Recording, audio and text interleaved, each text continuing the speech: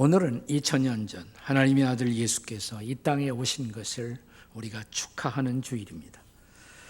그날이 있었기에 오늘 우리의 구원이 있었고 우리가 하나님의 자녀가 되어 하나님을 기쁘시게 하고자 하는 삶을 살게 되었습니다.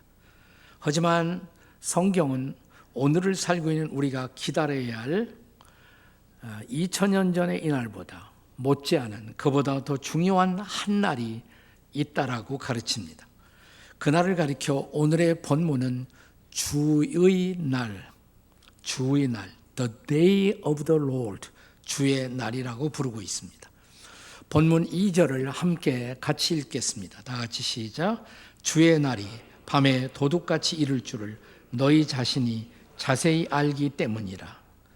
여기 주의 날, 이 날은 심판의 날 혹은 인생 결산의 날을 뜻합니다. 그러나 무엇보다 2000년 전 이 땅에 오셨던 그분이 다시 역사 속에 돌아오는 그날, 재림의 날을 의미하기도 합니다.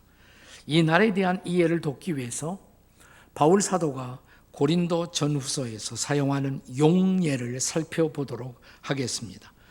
고린도전서 1장 8절입니다. 같이 읽겠습니다. 시작.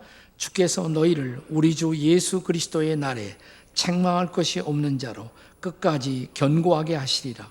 여기 주 예수 그리스도의 날, 이 표현을 주목하십시오. 이제 고린도전서 5장 5절입니다. 같이 읽겠습니다. 시작. 이런 자를 사탄에게 내어주었으니 이는 육신은 멸하고 영은 주 예수의 날에 구원을 받게 하려 함이니라. 주 예수의 날. 고린도후서 1장 14절의 말씀입니다. 같이 읽습니다. 시작. 너희가 우리를 부분적으로 알았으나 우리 주 예수의 날에는 너희가 우리의 자랑이 되고 우리가 너희의 자랑이 되는 그것이라. 우리 주 예수의 날, 이 표현을 잘 기억해 두십시오. 그런데 이런 표현은 비단 바울 사도만이 사용했던 표현이 아닙니다. 예수님의 수제자였던 사도 베드로는 그가 쓴 편지 베드로후서 3장 10절에서 이렇게 말합니다. 같이 읽겠습니다. 시작. 그러나 주의 날이 도둑같이 오리니 그 날에는 하늘이 큰 소리로 떠나가고 물질이 뜨거운 불에 풀어지고 땅과 그 중에 있는 모든 일이 드러나리로다. 명확하게 그 날은 인생 결산의 날일 뿐만 아니라 전 우주적인 역사 결산의 날로 묘사되고 있다는 것을 기억하십시오. 그런데 이 날에 대해서는 신약만 증언한 것이 아니라 구약에서부터 이 날이 예언되고 증언되었습니다. 이사야 2장 12절의 말씀입니다. 같이 읽겠습니다. 시작. 대저 만군의 여호와의 날이 모든 교만한 자와 거만한 자와 자고한 자에게 임하리니 그들이 낮아지리라. 여기 여호와의 날, 그 표현을 주목하십시오. 아모스 5장 18절의 말씀입니다. 같이 읽겠습니다. 시작. 화 있을전저 여호와의 날을 사모하는 자여 너희가 어찌하여 여호와의 날을 사모하느뇨 그 날은 어둠이요 빛이 아니라. 이제는 요엘서 2장 1절의 말씀입니다. 같이 읽습니다. 시온에서 나팔을 불며 나의 거룩한 산에서 경고의 소리를 질러 이 땅 주민들도 다 떨게 할지니 이는 여호와의 날이 이르게 됨이니라. 하나만 더 스바냐 1장 14절의 말씀을 읽겠습니다. 시작. 여호와의 큰 날이 가깝도다. 가깝고 빠르도다. 여호와의 날의 소리로다. 용사가 거기서 슬피 우는도다.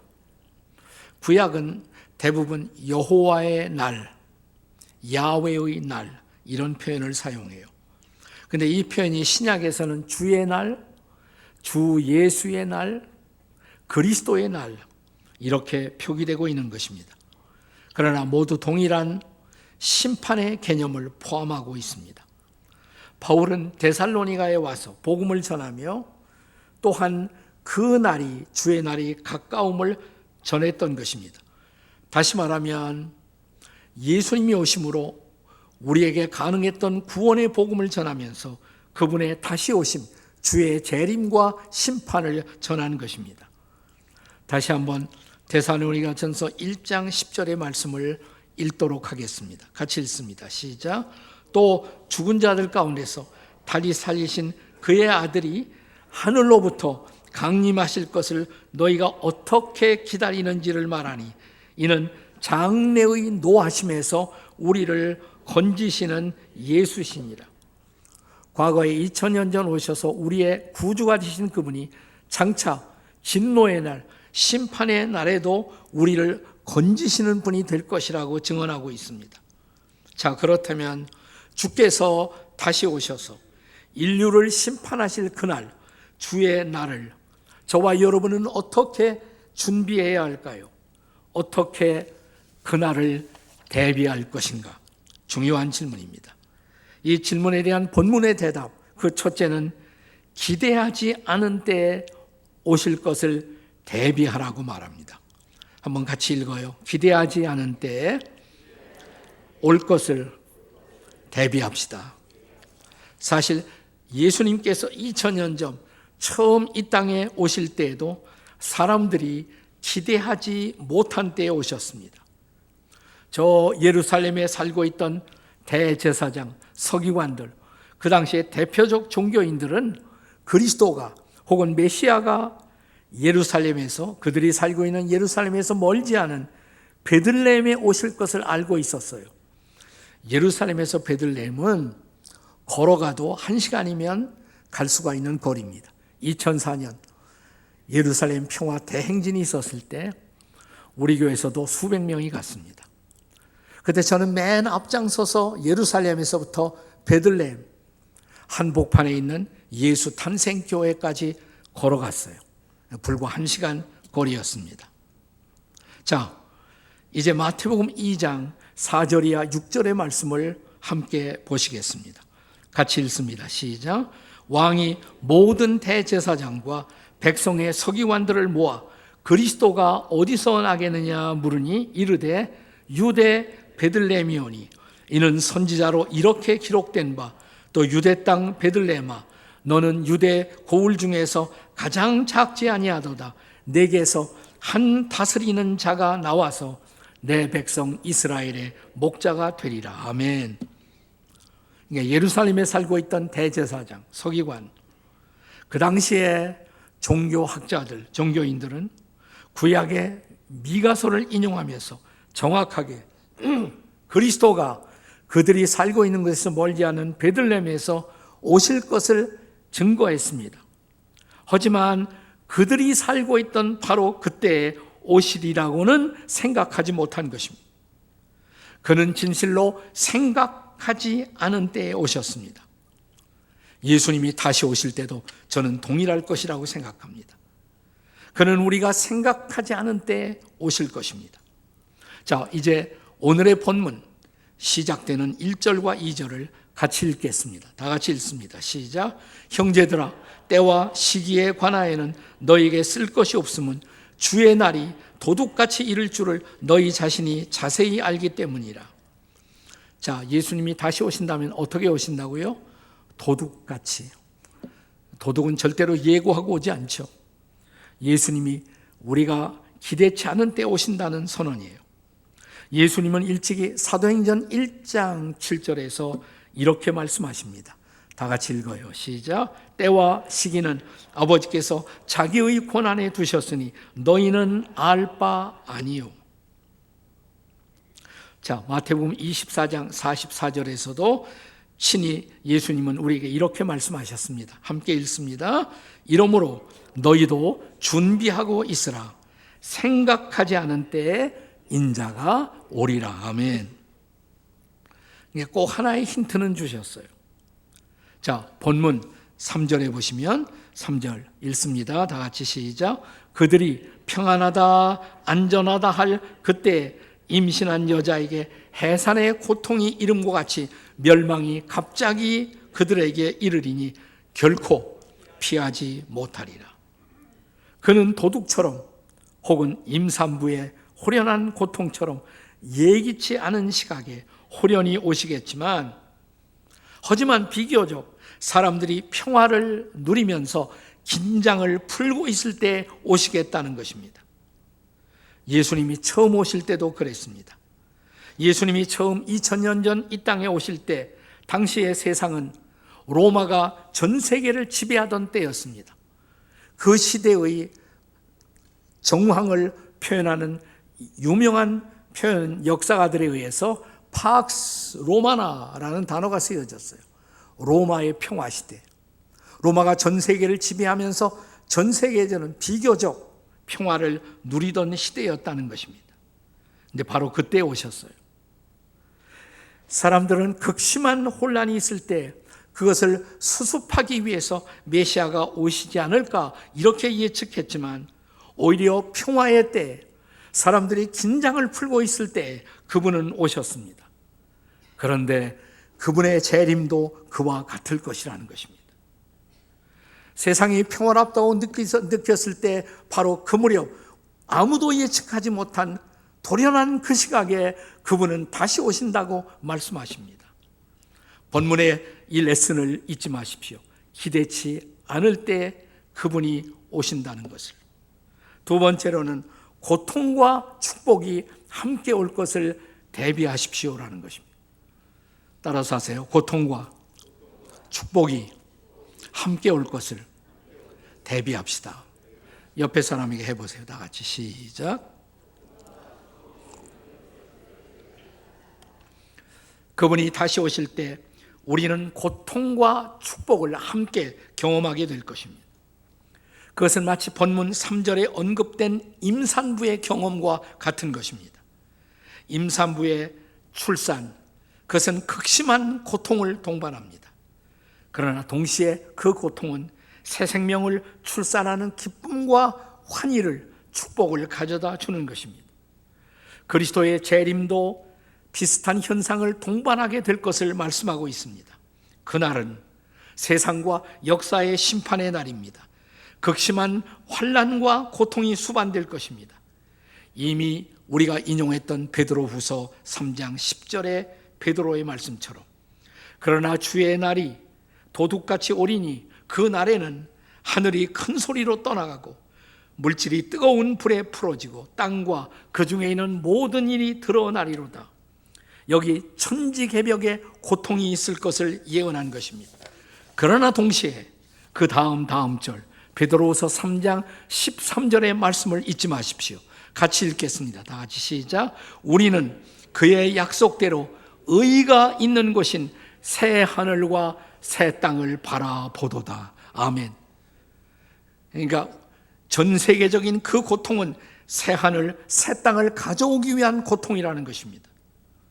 그리스도의 재림으로 우리는 죄로 더럽혀진 옛 하늘과 옛 땅을 청소하고 심판하신 후에 그가 예비하신 새 하늘, 새 땅의 축복을 경험하게 된다라고 성경은 말합니다. 요한계시록 21장 1절과 2절의 약속의 말씀을 기억하십시오. 같이 읽겠습니다. 시작. 또 내가 새 하늘과 새 땅을 보니 처음 하늘과 처음 땅이 없어졌고 바다도 있지 않더라.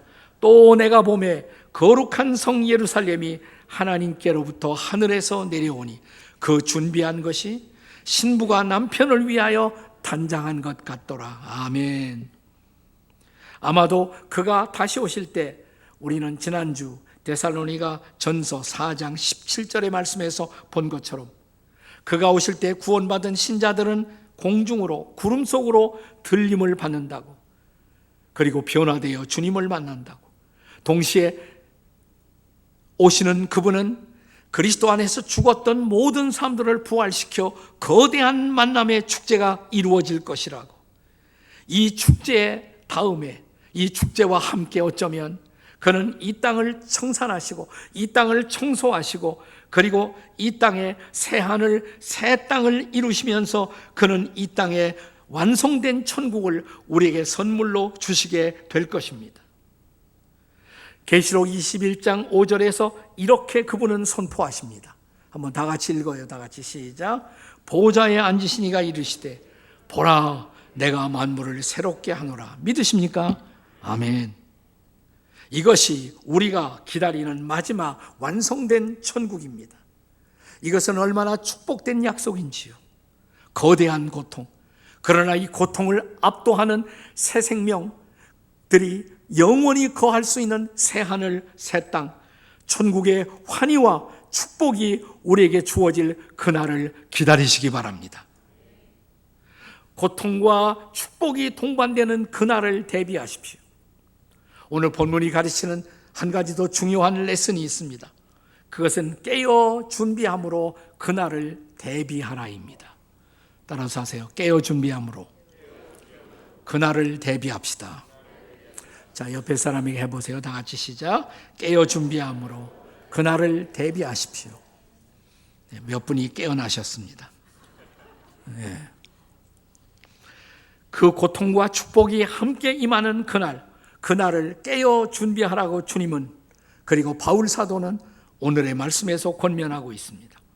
본문의 6절의 말씀입니다. 같이 읽겠습니다. 시작. 그러므로 우리는 다른 이들과 같이 자지 말고 오직 깨어 정신을 차릴지라. 옆에 사람 꼬집으면서 정신 차리세요 한번 해보세요. 시작. 정신 차리세요. 네. 이미 4절 말씀에서 그렇게 주님의 다시 오심을 대비하고 있는 이들에게 주님은 절대로 도둑같이 오시는 것이 아니라고 말합니다. 준비하지 않은 사람들에게 그분은 도둑같이 오시지만 준비하고 있는 사람들에게 그분은 도둑같이 오실 수 없다고 말하는 것입니다. 대비하고 있는 분은 지금 문이 막 흔들리면 오셨군요, 도둑님. 우리는 준비하고 있다가. 자, 4절 말씀 같이 읽어요. 시작. 형제들아, 너희는 어둠에 있지 아니하며 그날이 도둑같이 너희에게 임하지 못하리니. 아멘. 따라서 우리들 성도들은, 여러분과 저는 밤에 속한 사람처럼 살지 말아야 한다는 것입니다. 자, 영적으로 어두운 밤의 특성이 뭘까요? 밤의 상징이 뭘까요? 7절 말씀을 보시기 바랍니다. 본문 7절에요. 다 같이 시작. 자는 자들은 밤에 자고 취하는 자들은 밤에 취하되. 밤은 자는 시간이에요. 밤은 취하는 사람들의 시간입니다. 영적으로 밤에 속한 사람들은 영적으로 자고 있고 영적으로 취해 있는 사람들입니다. 자, 우리는 달라야죠. 우리는 깨어 있어야 합니다. 깨어서 살아야 합니다. 그렇다면 우리가 깨어 산다는 것은 구체적으로 어떻게 사는 것을 의미할까요? 우선 본문은 우리가 영적 무장이 된 채로 살아야 한다라고 말합니다. 본문의 8절의 말씀입니다. 8절 다 같이 읽겠습니다. 시작. 우리는 낮에 속하였으니 정신을 차리고 믿음과 사랑의 호심경을 붙이고 구원의 소망의 투구를 쓰자. 호심경이 뭐예요? 호심경.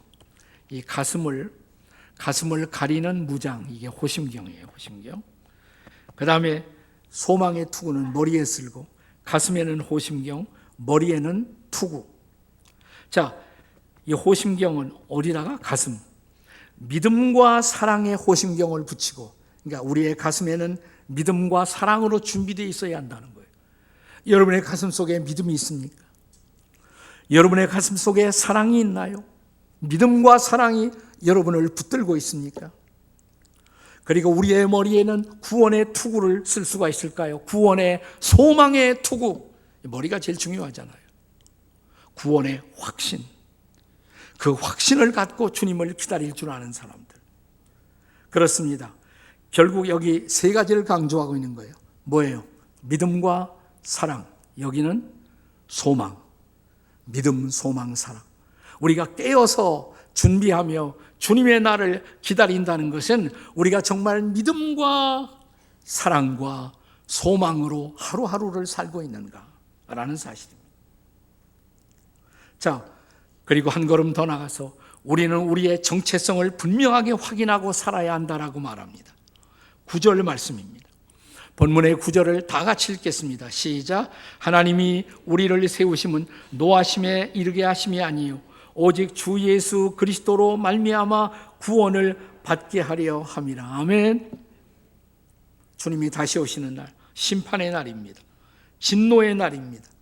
그러나 그날은 저와 여러분들을 향해 진노하기 위해서 오시는 날이 아니에요. 오히려 우리로 구원을 받게 하시려고, 구원의 완성을 위해서 오신다는 것입니다. 그날 우리는 주님의 심판의 대상이 아니라 구원의 완성의 은혜를 입는 날인 것입니다.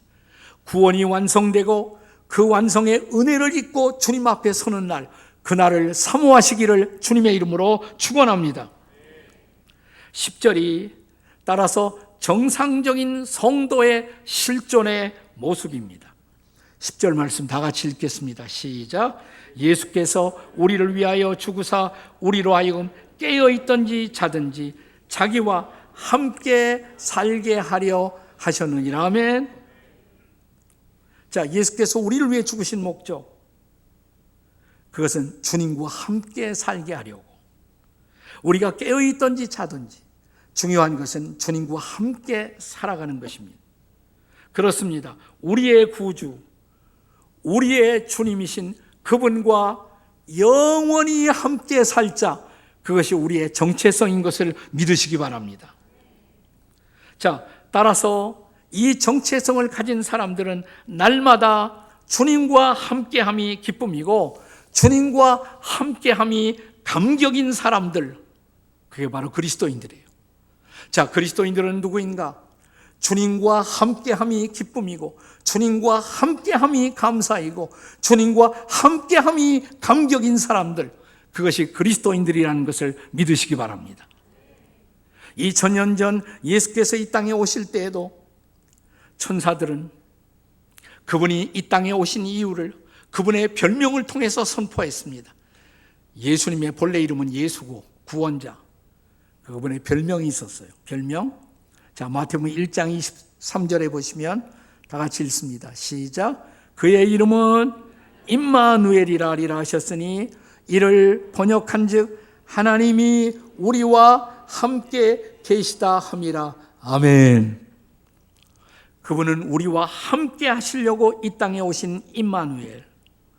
여러분과 저와 함께 있고 싶어서 예수님이 오신 날, 그것이 바로 성탄이에요. 따라서 성탄의 은혜를 입고 우리가 진짜 크리스찬이 되었다면 날마다 그분과 함께함을 기뻐하고 그분과 함께함을 감사하고 그분과 함께하는 감동을 누리는 것, 이것이 바로 다시 오실 주의 재림을 또한 준비하는 최선의 모습인 것을 믿으시기 바랍니다. 바울은 이제 본문의 결론으로 11절 말씀에서 이렇게 말합니다. 11절 다 같이 읽겠습니다. 시작. 그러므로 피차에 권면하고 서로 덕을 세우기를 너희가 하는 것 같이 하라. 서로가 서로를 깨워 권면하고 잠자고 있는 자들을 깨워 일으켜 다시 주님 사랑하고 이웃 사랑하고 피차에 덕을 세우며 살아가도록 하는 일, 이것이 바로 재림의 준비라는 것을 믿으시기 바랍니다. 그것이 또한 2000년 전 예수께서 이 땅에 오시사 십자가에서 여러분과 저 우리의 모든 죄를 짊어지고 피 흘려 우리를 구원하신 이제 우리를 향한 기대, 또 우리로 공동체를 이루신 이 교회 공동체를 향한 그분의 기대이기도 합니다. 그의 기대가 뭘까요? 오늘 본문의 결론으로 저는 히브리서 10장 23절 이하 25절의 말씀을 같이 읽고 싶습니다. 함께 다 같이 읽습니다. 시작. 또 약속하신 이는 미쁘시니 우리가 믿는 도리의 소망을 움직이지 말며 굳게 잡고 서로 돌아보아 사랑과 선행을 격려하며 모이기를 폐하는 어떤 사람들의 습관과 같이 하지 말고 오직 권하여 그날이 가까움을 볼수록 더욱 그리하자. 아멘. 그날이 가까움을 볼수록 우리는 모이기를 힘써야 합니다.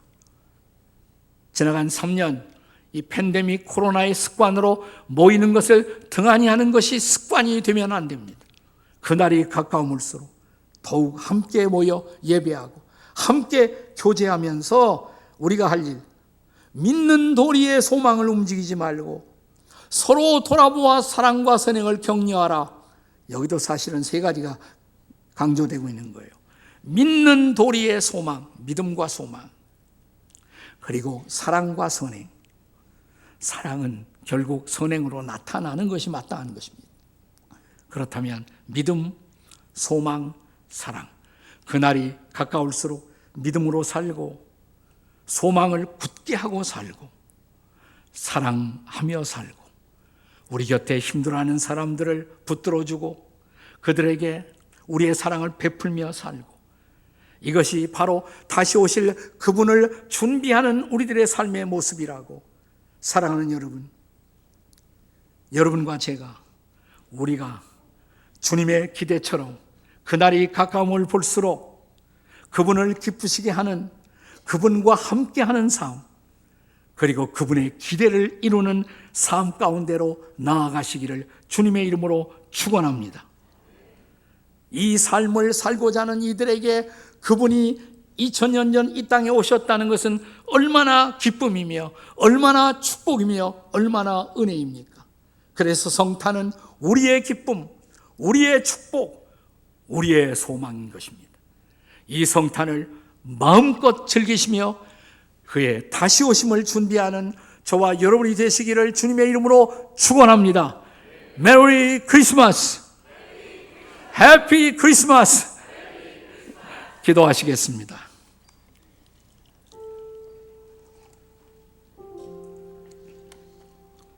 주님 감사합니다.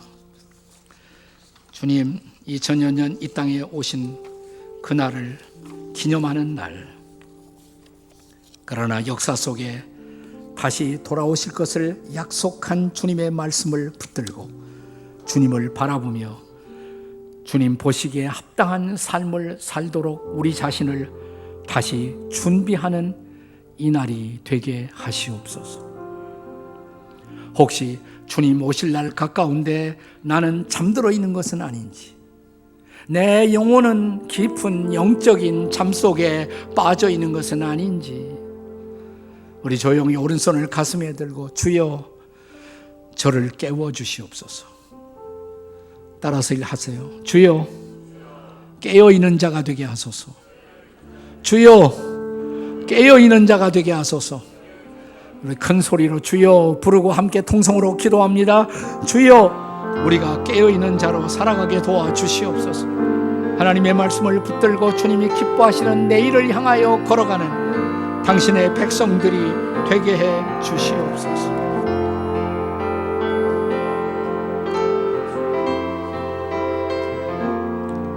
(2000년) 전 주님이 이 땅에 오셨을 때 주님을 영접했던 극히 적은 소수 목자들, 동방의 박사들, 과부 안나, 대부분의 사람들이 그분의 이 땅에 오셨음을 인지하지 못했던 것처럼 주님 다시 오실 때도 그렇지 않을까 두렵습니다.